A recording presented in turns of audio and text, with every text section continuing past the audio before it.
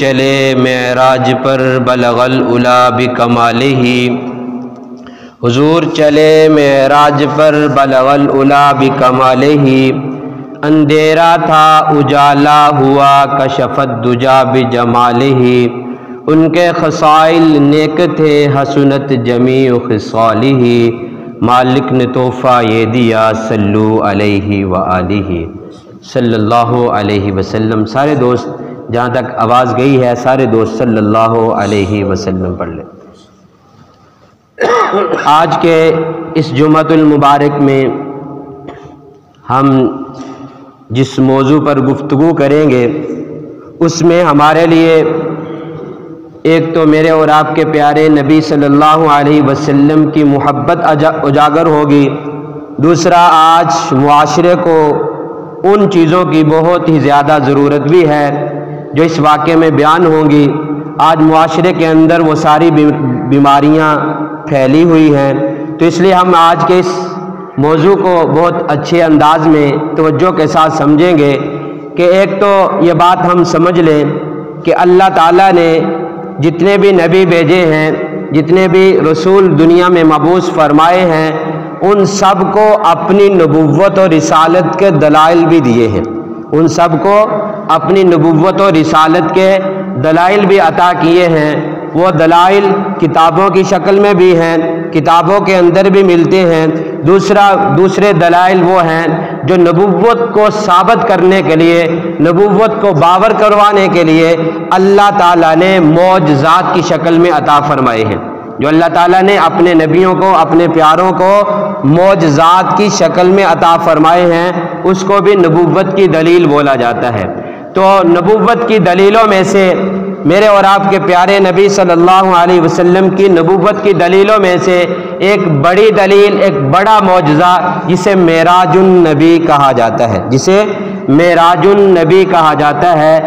یہ معراج النبی کا یہ جو معجزہ ہے یہ اللہ کے نبی صلی اللہ علیہ وسلم کے ممتاز معجزات میں سے ہیں، بڑے معجزات میں سے ان کا شمار کیا جاتا ہے جو میرے اور آپ کے پیارے نبی صلی اللہ علیہ وسلم کو معراج ہوا ہے۔ یہ معراج جو ہے، یہ معراج میرے اور آپ کے پیارے نبی صلی اللہ علیہ وسلم کی سمجھ لیجئے سیر و سیاحت، میرے اور آپ کے پیارے نبی صلی اللہ علیہ وسلم کا وہ سفر جو اللہ تعالیٰ نے انعام کے طور پر اپنے پیارے نبی صلی اللہ علیہ وسلم کو کروایا ہے۔ معراج اس سفر کا نام ہے جو بیت اللہ سے شروع ہوتا ہے مسجد حرام تک، مسجد حرام سے پھر عرشوں تک جانے کے سفر کا نام معراج ہے۔ ایک اس کے دو حصے بھی بیان کیے جاتے ہیں لیکن دونوں کا مجموعہ معراج ہی ہے، دونوں کا مجموعہ اگر نام لیا جائے تو معراج ہے۔ کسی نے کہا اسرا اور معراج دو علیحدہ علیحدہ ہیں، اور بعض نے کہا یہ دونوں ایک ہی نام ہے، ایک ہی واقعے کے ایک ہی موضوع کے نام ہے۔ تو اس لیے معراج النبی یہ جو واقعہ ہے اللہ تعالیٰ نے اپنے پیارے نبی صلی اللہ علیہ وسلم کو ان ایام میں، ان دنوں میں جب میرے اور آپ کے پیارے نبی صلی اللہ علیہ وسلم دنیا والوں سے، اپنے سامنے مخاطبین سے پریشان ہو چکے تھے، غمگین ہو چکے تھے۔ ایک تو وہ اس سال کو عام الحزن بولا جاتا ہے کہ میرے اور آپ کے پیارے نبی صلی اللہ علیہ وسلم کو غم پہنچے تھے ایک چاچے کے جانے کا، دوسرا پھر اپنی لاڈلی گھر والی حضرت خدیجہ الکبریٰ رضی اللہ تعالی عنہا کے رخصت ہونے کا، تیسرا غم طائف والوں کا بات نہ سننا۔ یہ غم جمع تھے، میرے اور آپ کے پیارے نبی صلی اللہ علیہ وسلم غم کی حالت میں تھے، تو اللہ تعالیٰ نے یہ انعام عطا فرمایا کہ محبوب جی آپ میرے دین کی خاطر، میرے نام کی وجہ سے، میرے کلمے کو بلند کرنے کے لیے، میری طرف میری امت کو بلانے کے لیے دن رات کھپتے رہے ہو، دن رات لگا رہے ہو، تو آؤ میں آپ کو آپ کی جہاں تک نبوت ہے وہاں تک آج آپ کی سیر کرواؤں۔ یہ ہمارا نظریہ ہے۔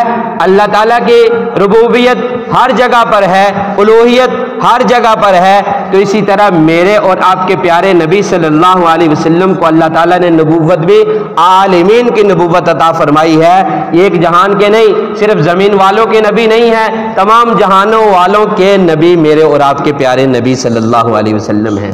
تمام نبیوں کے بھی نبی ہیں، تمام نبیوں کے بھی نبی ہیں، تمام نبی بھی اپنی پہلے والے نبیوں پر نبوت کا ایمان لاتے ہیں، اور میرے اور آپ کے پیارے نبی صلی اللہ علیہ وسلم کے لیے تو اللہ تعالیٰ نے نبیوں سے اقرار لیا تھا، اور تمام نبیوں کے بھی نبی ہیں، امام الانبیاء بھی ہیں، تو اس لیے میرے اور آپ کے پیارے نبی صلی اللہ علیہ وسلم کی نبوت کا احاطہ بھی بہت بڑا ہے۔ جہاں تک میرے رب کی ربوبیت ہے، وہاں تک جو کوئی بھی مخلوق رہ رہی ہے، وہاں تک نبوت کا جو تعلق ہے وہ میرے اور آپ کے پیارے نبی صلی اللہ علیہ وسلم کی نبوت ہے۔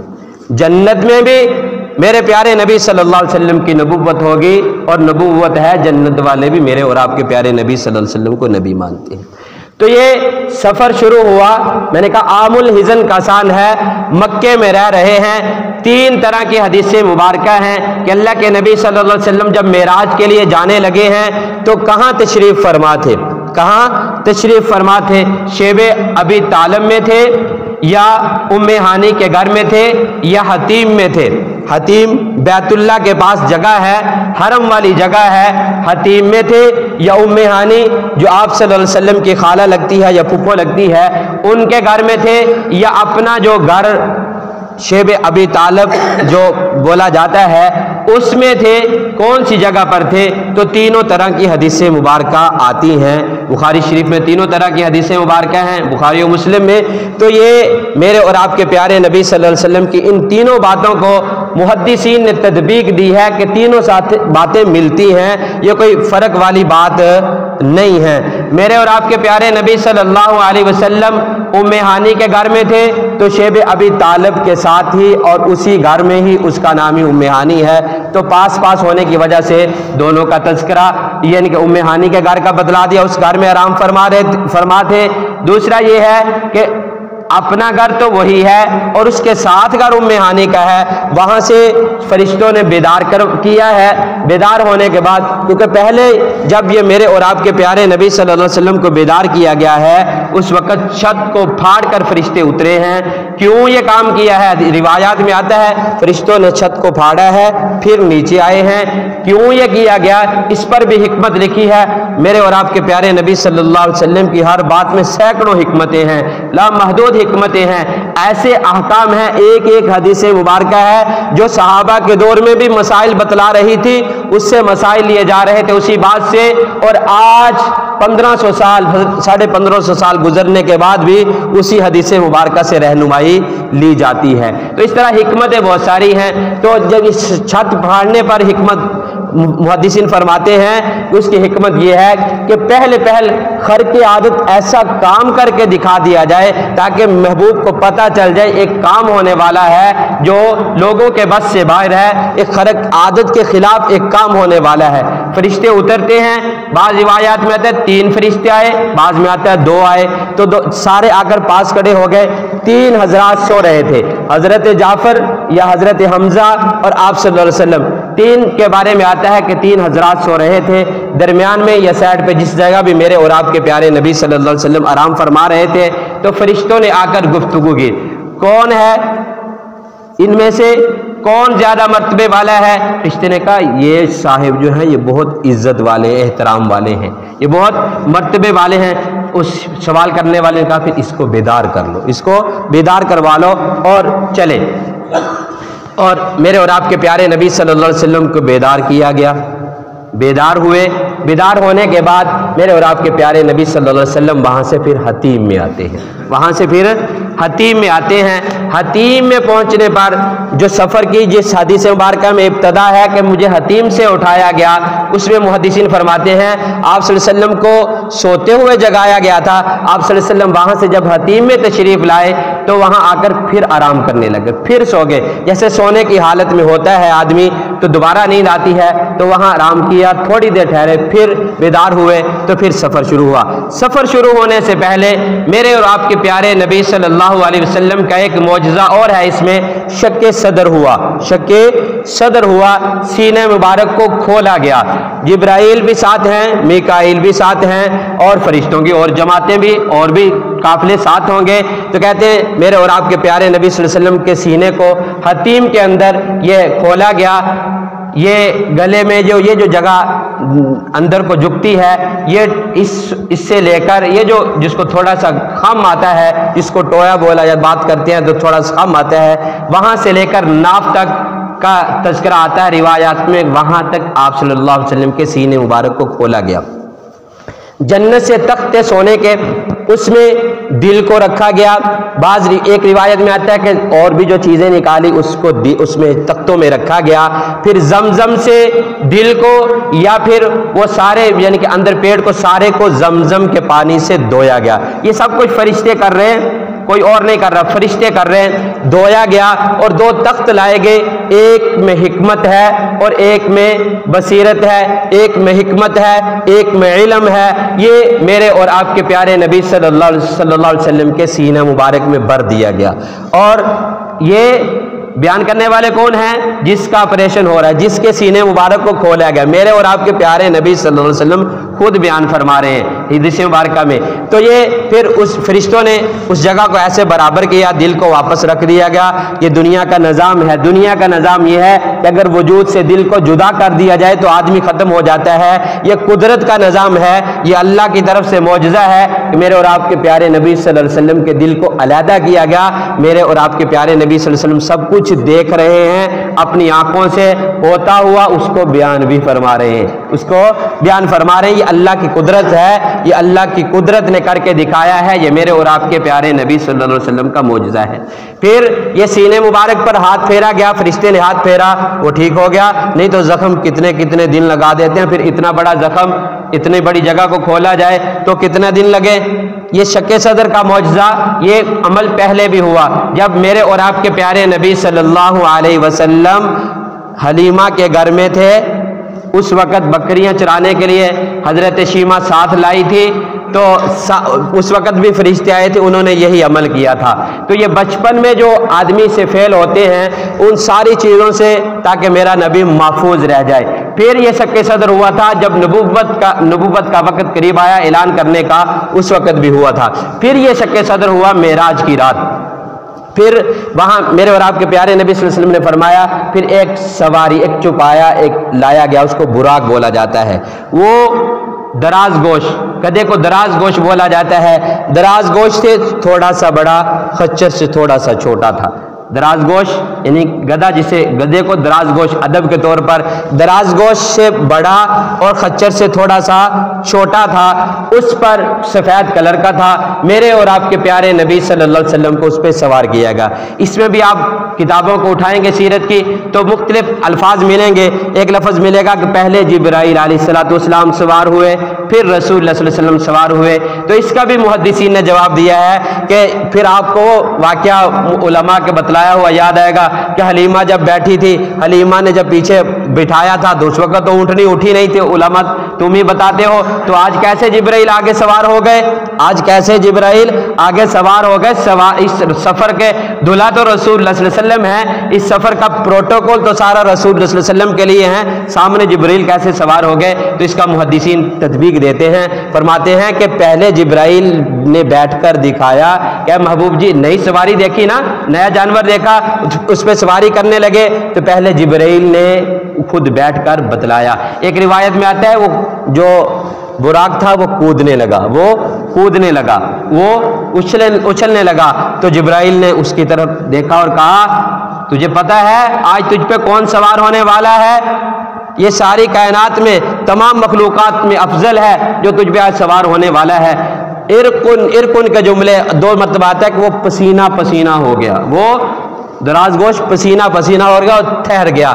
یہ کوئی خوف یا کسی اور وجہ سے یا کسی اور بات سے نہیں، یہ نہیں اچھل رہا تھا، یہ اسی طرح جیسے احد پہاڑ، میرے اور آپ کے پیارے نبی صلی اللہ علیہ وسلم احد پہ پہاڑ پہ کھڑے ہوئے اور ساتھ حضرت ابوبکر ہیں، عمر ہیں، عثمان ہیں، کھڑے ہیں، تو احد پہاڑ جھومنے لگا، ہلنے لگا، تو اللہ کے نبی صلی اللہ علیہ وسلم نے اپنا پاؤں مبارک پہاڑ پہ مارا، یا ویسے کہا اس کو یا احد کیا بات ہے، احد کیوں حرکت کرتا ہے؟ تو دیکھتا نہیں کہ تجھ پر ایک نبی، ایک صدیق، 2 شہید کھڑے ہیں؟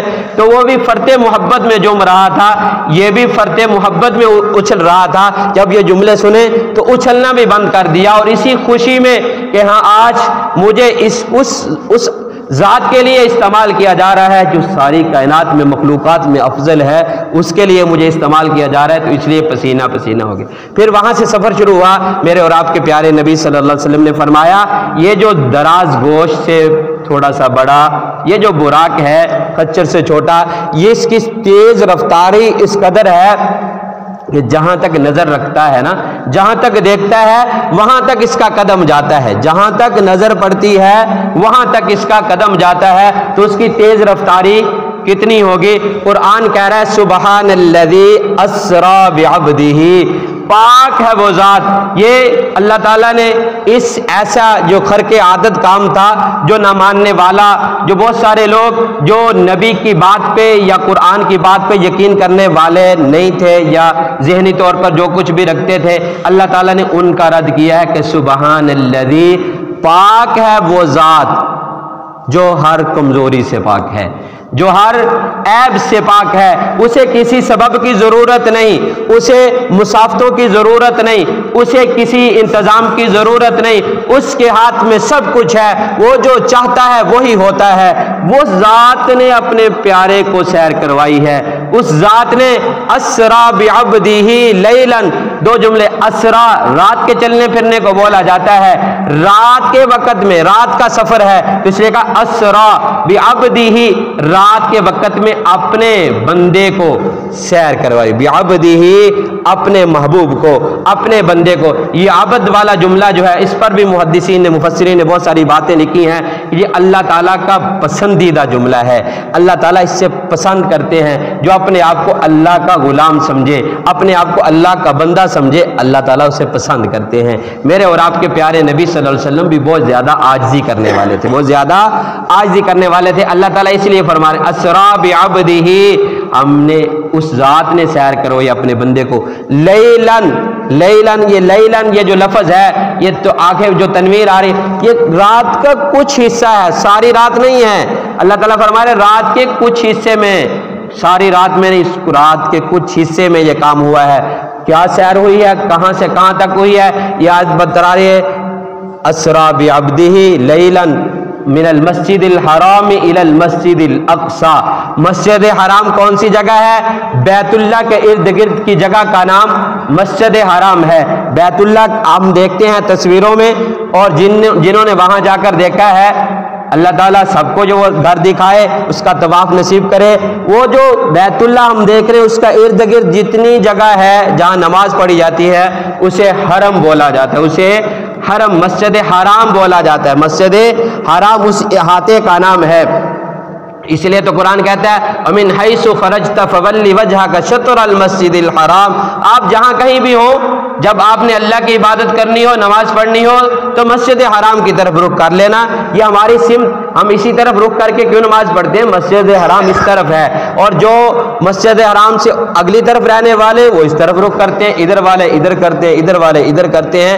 مسجد حرام اس جگہ کا نام ہے جو بیت اللہ کے ارد گرد ہے۔ وہاں سے سفر شروع ہوا ہے، ہوا کہاں تک ہے؟ الی المسجد الاقصی، اقصی جملہ بولا جاتا ہے، اقصی عابدو کے وزن پر ہے کہ دور کے سفر کو بولا جا رہا ہے، دور کا سفر جو ہے اسے اقصی اسی سے تعبیر کیا گیا ہے۔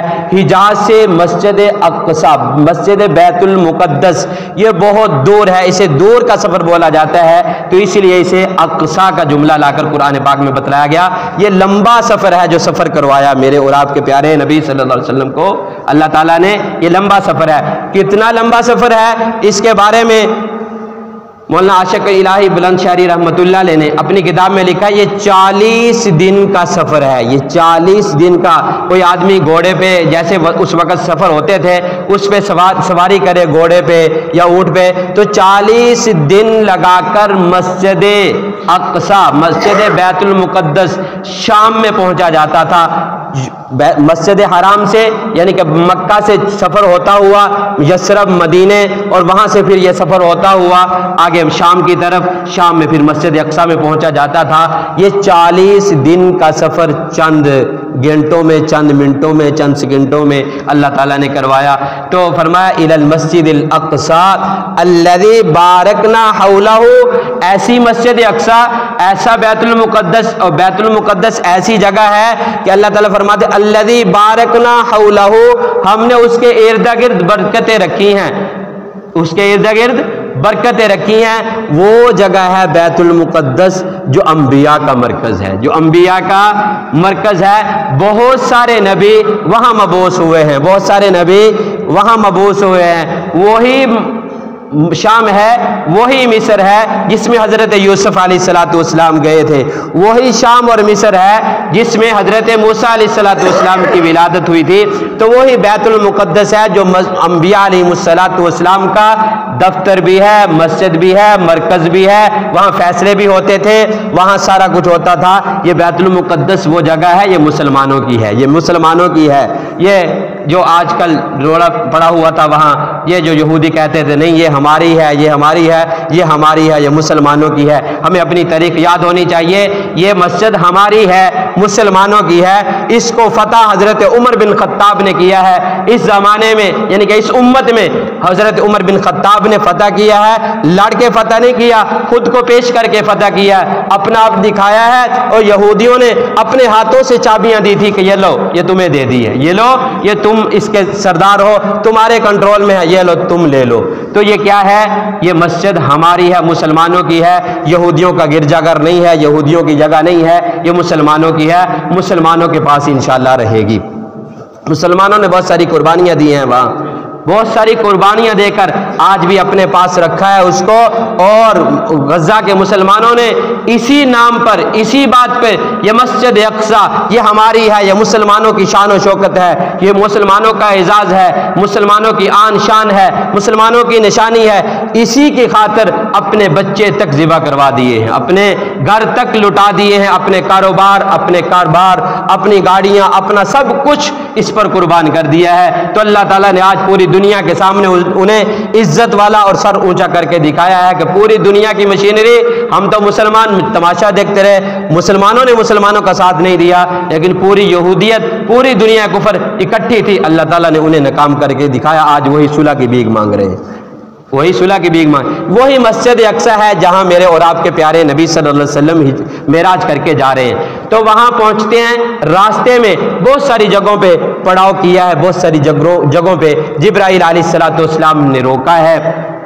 جیسے مسجد حرام سے چلے، یثرب میں پہنچے جو مدینہ المنورہ، آج کل اسے مدینہ المنورہ ہی کہیں، یثرب کہیں گے تو گناہ ہوگا، یہ بات ذہن میں رکھنا۔ یہ پہلے کی بات کی وجہ سے میں یثرب کہہ رہا ہوں، لیکن آج کل کوئی اس کو یثرب نہیں کہہ سکتا، مدینہ المنورہ، طابہ، طیبہ، یہ نام، مدینہ، یہ نام لیے جا سکتے ہیں۔ آج اگر کوئی یثرب کہے تو علماء فرماتے ہیں کہ وہ گناہ کرے گا، وہ یثرب کی طرف نسبت نہیں کرے گا، وہ کیا کہے گا؟ مدینہ المنورہ۔